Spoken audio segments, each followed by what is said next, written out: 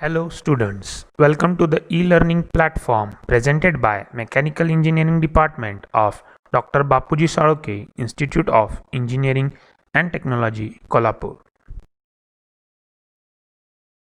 From today onwards, we are going to start our second unit number 2, cutting tool material and holding devices.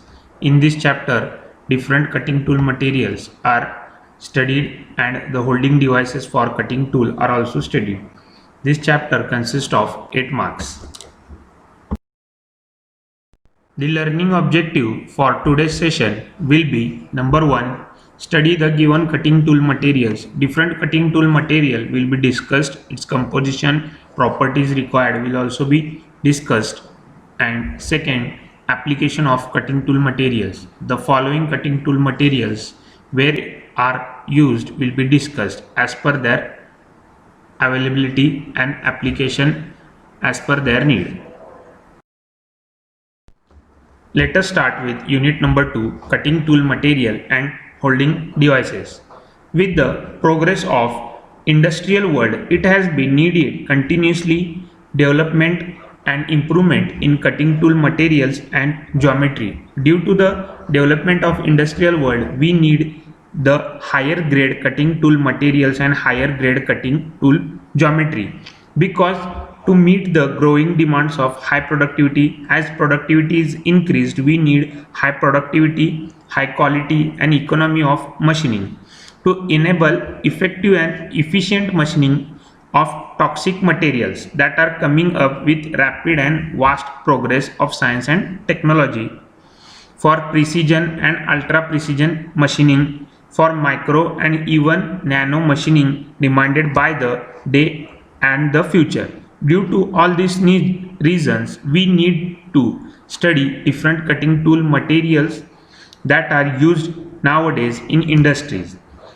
It has already stated that the capability and overall performance of the cutting tool depend upon various factors.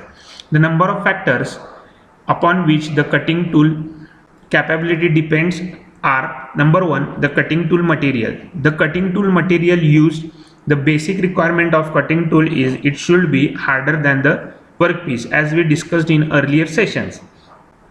Second is the cutting tool geometry. The proper geometry of cutting tool is also the most important factor. Third is proper selection and use of those tools. Use of proper tools for proper operation. For example, use of turning tool for only turning operation and use of knurling tool for knurling operation. And last is the machining condition and the environment. The environment or machining conditions in which the machining is performed. Out of this, the machining and the tool material plays the most vital role. The tool engineer is required to select material for variety of products for cutting tool, jigs, punches, dies, special machines, etc. Before understanding the different tool material, one must know the desirable properties of tool material. The required properties of tool material are: number 1, wear resistance.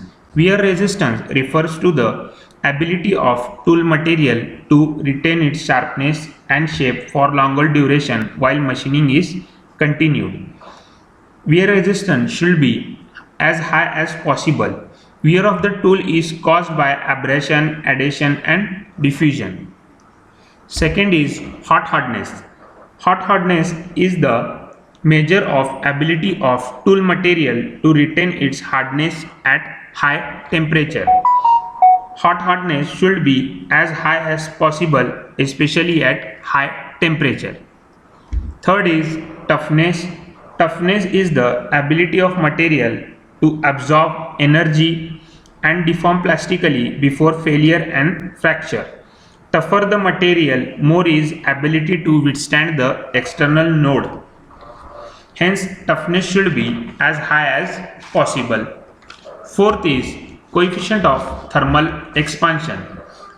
It determines the influence of thermal stresses and thermal shocks on material.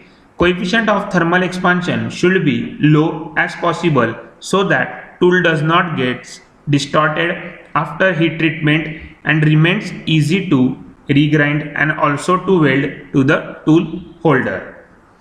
Fifth is hardness. Hardness is the ability of material to resist the penetration, scratching, abrasion or cutting. Hardness of the material should be as high as possible. Generally, it should be higher than the workpiece, as we discussed earlier in the requirement that the cutting tool material should be harder than the workpiece.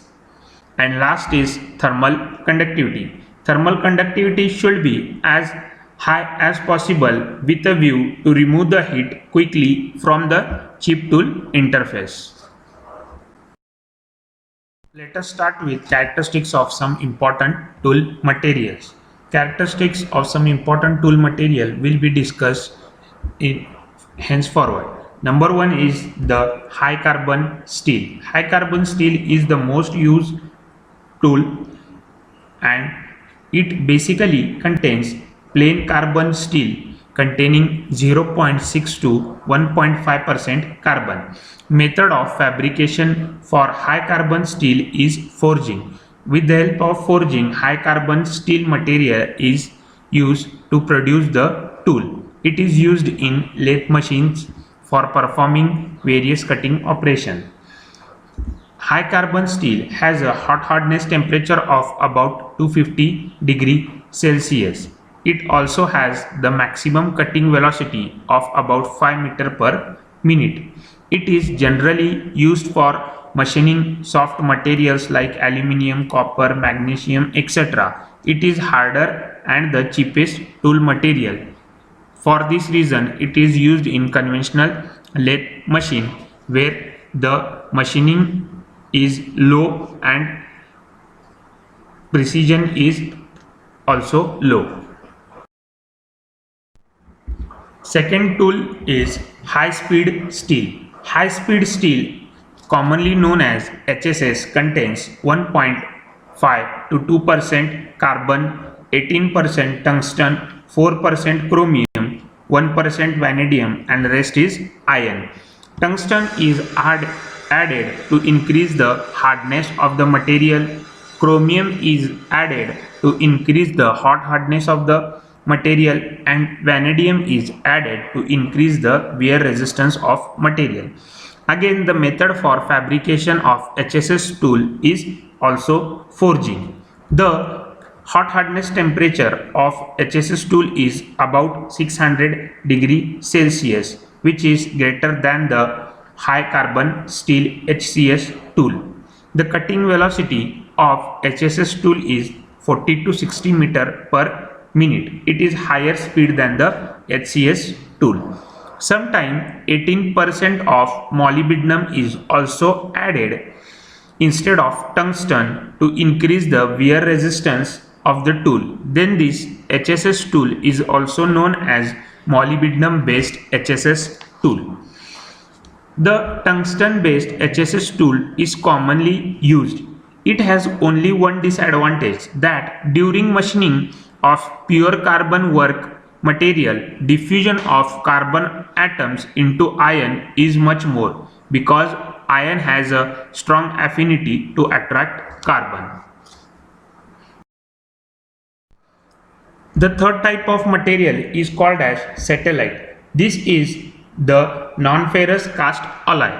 Satellite contains 40 to 45% cobalt, 30% chromium, 14 to 25% tungsten and 2% carbon. Method of fabrication for satellite is casting. It is having the same hardness as that of HSS tool. It is the substitute tool used during machining of pure carbon work material. It has hot hardness temperature of about 800 degrees Celsius. The fourth material is carbide. Carbides are either tungsten carbide or cemented carbide. Carbide usually contains 85 to 95% tungsten carbide WC and 5 to 15% cobalt. It has hot hardness temperature of about 1000 degrees Celsius, and it is having cutting speed 10 times greater than the HSS tool. Since the cost is high, only the tip is made by the carbide and regrinding is also not possible. Fabrication of carbide tool is carried out by using powder metallurgical techniques, and types of carbide tools will be discussed in further session. The fifth type of material is ceramics. Ceramics are also called as cemented oxide. Its major constituent is aluminum oxide. It has hardness or hot hardness temperature of about 1200 degree Celsius. It has higher cutting speed of about 300 to 400 meter per minute. It has better resistance to abrasion than the cemented carbide. It also exhibits low coefficient of friction with most of the work material. These are used for high production rate and for continuous operation only. The only disadvantage of ceramic is it has very low toughness and highly brittle in nature. Fabrication of ceramic tool is also done through powder metallurgical techniques. The sixth type of tool is called ceramic. It is a combination of ceramic and metal. It is the substitute for the ceramic. It contains 90% ceramics and 10% nickel. The method employed for fabrication of ceramic tool is also powder metallurgical technique. It has hot hardness temperature about 1000 degrees Celsius, and it has cutting speed about 250 meter per minute. Ceramic gives better toughness than the ceramic tool. It gives very good wear resistance. It is a combination of ceramic and metal and is used nowadays for high precision machining. The next type of material is, we all know, that is diamond. Diamond possesses all the desirable characteristics and qualities of cutting tool material, but it has a very high cost. As we know, diamond is produced by graphitization technique. It has the hot hardness temperature of about 2000 degrees Celsius. Its hardness is higher than any other material. It is chemically inert and has high thermal conductivity. Its cutting speed is about 500 meter per minute. Diamond is extensively used for machining of non-ferrous alloys such as aluminum, magnesium, copper, brass, etc. Diamond is not used for machining of ferrous material because diamond is basically pure carbon, and diffusion of carbon into iron takes place due to affinity of iron atoms toward carbon. There are another more types of material which we will discussing in the further session.